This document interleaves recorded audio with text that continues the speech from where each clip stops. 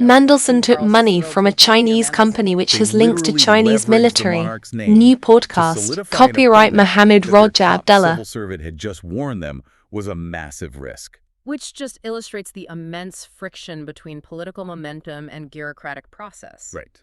If a leader feels an overwhelming need to project strength, to establish a vital international back channel immediately, they often view procedural safeguards as mere friction. Like it's just red tape getting in the way of a good decision. Precisely. The psychological trap is convincing yourself that the vetting is just a formality, a rubber stamp for a decision you have already finalized in your mind. I want to challenge this narrative slightly, though. You're saying this is a catastrophic failure of vetting and procedure, but let's play devil's advocate for a moment here. Go for it. Peter Mandelson is a known entity. He's been a massive figure in British politics for decades. He literally has Wikipedia pages detailing his controversies. That is very true. Right, so the things that eventually brought this down, which we will get into, like his ties to Jeffrey Epstein and his international lobbying, weren't those already somewhat in the public domain? Yes, to an extent. So why does the Prime Minister need a team of MI5 officers to tell him what any political journalist could look up on their phone? Isn't the Prime Minister's real failure here just incredibly poor political judgment, rather than some deep bureaucratic vetting breakdown? That is a really crucial distinction to make, but it conflates public controversy with structural intelligence vulnerability.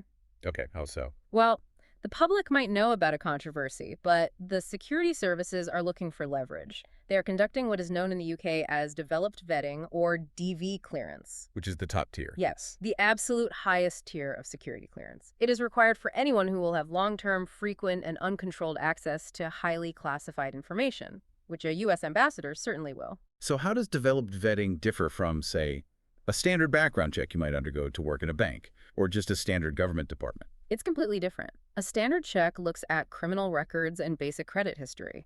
Developed vetting is a forensic, highly invasive deconstruction of a person's entire life. Wow. According to Robert Peston's analysis in the ITV broadcast, these checks are conducted by UKSV, the United Kingdom Security Vetting Organization. They utilize former police officers and former MI5 officers. So actual spies are looking into your life? Essentially, yes. They dive into your complete financial history, your psychological profile, your medical records, and your most intimate personal relationships. They interview your family, your friends, and crucially, your enemies. They are basically building a total threat matrix around the individual. Precisely. They're not asking, will the newspapers write a bad article about this person? They're asking, does a hostile foreign intelligence agency, say Russia or China, possess information that could force this person to act against the interests of the United Kingdom? Right. They're looking for actual blackmail risks. Yes. Blackmail risks, hidden debts, undeclared foreign financial dependencies, and profound conflicts of interest. When Peter Mandelson underwent this process, the UKSV findings placed him squarely in what the source material describes as the red column. The red column. Okay, let's open up that red column because the specific findings are explosive. They really are. The first massive flag the vetting officers raised was his long friendship with Jeffrey Epstein. Now, the source notes that Mandelson was eventually sacked in September 2025 when more details of this relationship emerged, right? Yes, that was the ultimate breaking point later on. But this was identified as a known severe risk in the vetting process itself, long before he ever took the post. Returning to your earlier point about public knowledge, yes, the public knew Mandelson had met Epstein. But the DV process evaluates that relationship through the lens of hostile intelligence. Because it's a vulnerability. Exactly. The Epstein connection is obviously deeply problematic on a reputational and moral level. But from an espionage standpoint, any deep ties to an international scandal involving illicit activities, high-profile individuals, and potential surveillance material is a textbook blackmail vulnerability. It provides a wedge. It provides a massive wedge. So even if Mandelson felt he had absolutely nothing to hide, the sheer proximity to that level of illicit compromise makes him a target. Yes, you don't take risks with proximity like that. But as deeply concerning as the Epstein ties are, the financial and foreign ties discovered by the UKSV vetting seem even more structurally compromising for someone meant to be representing the UK in Washington. The financial audit is where the concept of conflict of interest transitions from a theoretical worry into a tangible geopolitical threat. What's fascinating here is what they found regarding his The business. lobbying firm, right? Yes, the vetting highlighted Mandelson's lobbying firm, Global Counsel. The firm's biggest earner wasn't a domestic charity or a harmless European tech startup. No, it's a Chinese pharmaceutical company called Wuxi AppTec. Right. And the ITV transcript states this company paid Global Counsel £2.24 million in the year 2025 alone. A massive sum of money. A staggering amount. And the timing and identity of that client are the real issue here. That payment happened after Wuxi AppTec was explicitly accused of having links to the Chinese military. Which is just a glaring red flag. Now, the company vehemently denies those accusations, we should say that.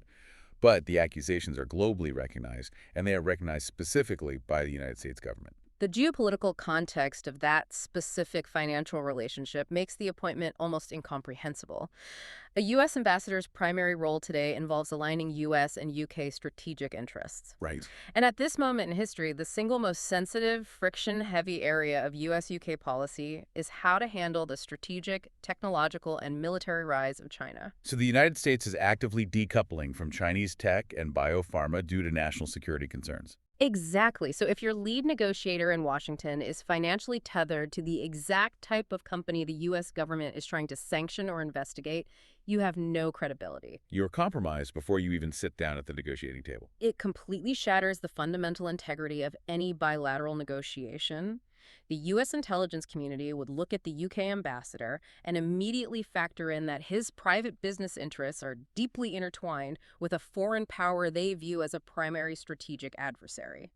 But the most staggering detail revealed in the source material isn't just the existence of the client, right? It is the structural arrangement Mandelson was permitted to maintain. Yes, this is the part that is truly difficult to wrap your head around. This genuinely caused me to do a double take when reading the transcript. Despite this staggering potential conflict of interest, Peter Mandelson was allowed to keep his 21% shareholding in Global Counsel throughout his time as ambassador. It's unprecedented. I need you to explain how that is physically, legally possible. How does a top government official, an ambassador, holding the highest security clearance, get to retain a 21% stake in a lobbying firm actively making millions from foreign entities? That's a great question. Doesn't the government have basic ethical firewalls? Under any normal diplomatic protocol, individuals entering roles of this magnitude are forced into blind trusts. They are required to divest completely from any entities that could pose a conflict, precisely to prevent the situation we are describing. So retaining that stake is a total anomaly. The fact that he retained a 21% stake strongly suggests that the normal rules of government architecture were completely suspended, bypassed, or actively ignored due to his perceived indispensability by the Prime Minister. It's like, going back to our analogy, it's as if the structural inspector pointed out the house had no foundation, and instead of fixing it, the buyer just declared that gravity no longer applied to the specific house. That is exactly it. And that suspension of the rules creates a cascading failure. It shows a systemic failure to enforce the most basic ethical firewalls. Right. So you have the UKSV, these former MI5 and police officers, compiling this devastating dossier. They document the Epstein ties, they track the Chinese pharma money, they note the 21% active stake. And they place them in the red column. Yes. And their explicit recommendation is, do not appoint. Clear, developed vetting clearance should be denied. Here's where it gets really interesting, because this is where the story shifts from a deeply questionable political bet into a profound administrative scandal. Yes, the fallout phase. Right, because if these former MI5 officers compiled a damning red column dossier, what is the actual physical chain of custody for that document? That is the multi-million-dollar question. How does a piece of paper that radioactive simply stop moving before it reaches the Prime Minister's desk? Because somehow the Prime Minister claims he never saw it. We have to examine the timeline of this silence, because it reveals the internal workings of the government machinery. The appointment, remember, was proudly announced to the public on December 20th. Right, just before the holidays. But according to the reporting, it wasn't until over a month later, in late January, that the Foreign, Commonwealth and Development Office, the FCDO, was officially informed that Mandelson had failed his security vetting. A full month gap. For a month, the entire world operates under the assumption that this appointment is secure, while the vetting failure is just sitting in a bureaucratic holding pattern. And then, when the Foreign Office finally receives the official failure notice, what happens? They don't hit the brakes. No,